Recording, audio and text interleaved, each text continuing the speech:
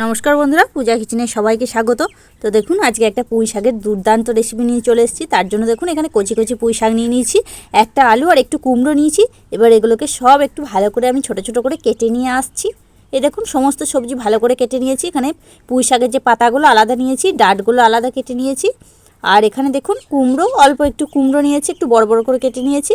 আর একটা আলু, এটাকেও একটু খোসা ছাড়াইনি, ভালো করে ছোট ছোট করে পিস পিস করে কেটে নিয়েছি। এবার এগুলোকে সব ধুয়ে নিয়ে আসছি। এদিকে কড়াই বসিয়ে দিয়েছি। কড়াইয়ের মধ্যে প্রথমেই দিয়ে দিচ্ছি সর্ষের তেল। আর এই রান্নাটা কিন্তু সর্ষের তেলেই করতে হবে, তবেই কিন্তু টেস্ট হবে ভালো।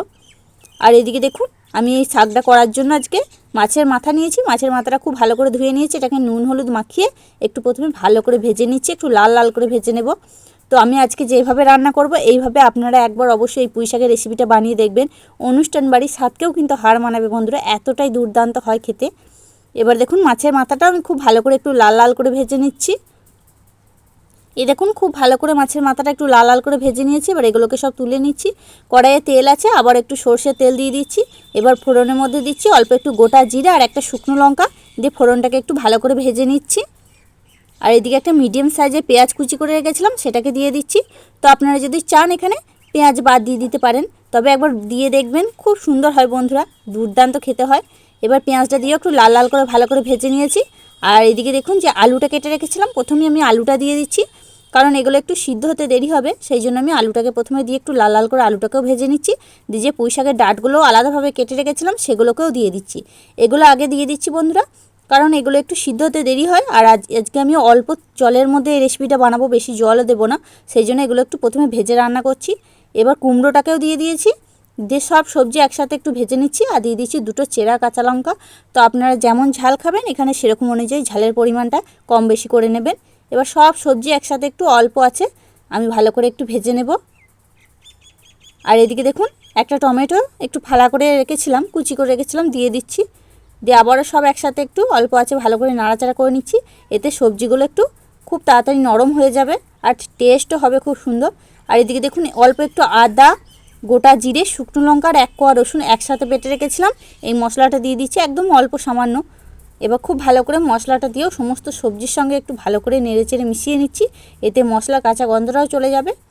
এবার দিচ্ছি হলুদ গুঁড়ো আর অল্প একটু লঙ্কার গুঁড়ো।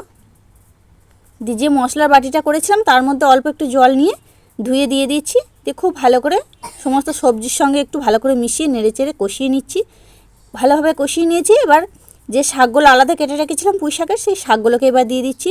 তো আপনারা প্রথমেও দিতে পারেন শাকটা, তবে প্রথমে শাকটা দিলে শাকটা একদম কচি, সব একদম গলে যাবে, শাকটা একদম ভালো লাগবে না খেতে।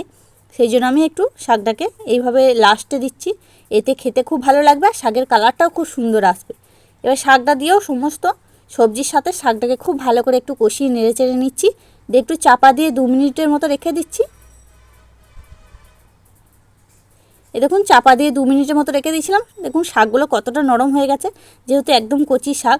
এবার মাছের মাথাগুলো ভেজে রেখেছিলাম সেগুলোকে দিয়ে দিচ্ছি। দিয়ে খুন্তির ডগের সাহায্যে এইভাবে একটু ভেঙে ভেঙে দিচ্ছি। দিয়ে এই মাছের মাথাটা ভেঙে দিয়েও এবার সবজির সঙ্গে ভালোভাবে এটাকে 2 থেকে 3 মিনিট একটু ভালোভাবে কষিয়ে নেব। এইভাবে একবার অবশ্যই বানিয়ে দেখবেন বন্ধুরা এই পুঁই শাকের রেসিপিটা, একদম অনুষ্ঠান বাড়ির মতো খেতে হয়, দুর্দান্ত লাগে। 1 থালা ভাত অনায়াসে কিন্তু এই রেসিপিটা দিয়ে খাওয়া হয়ে যাবে।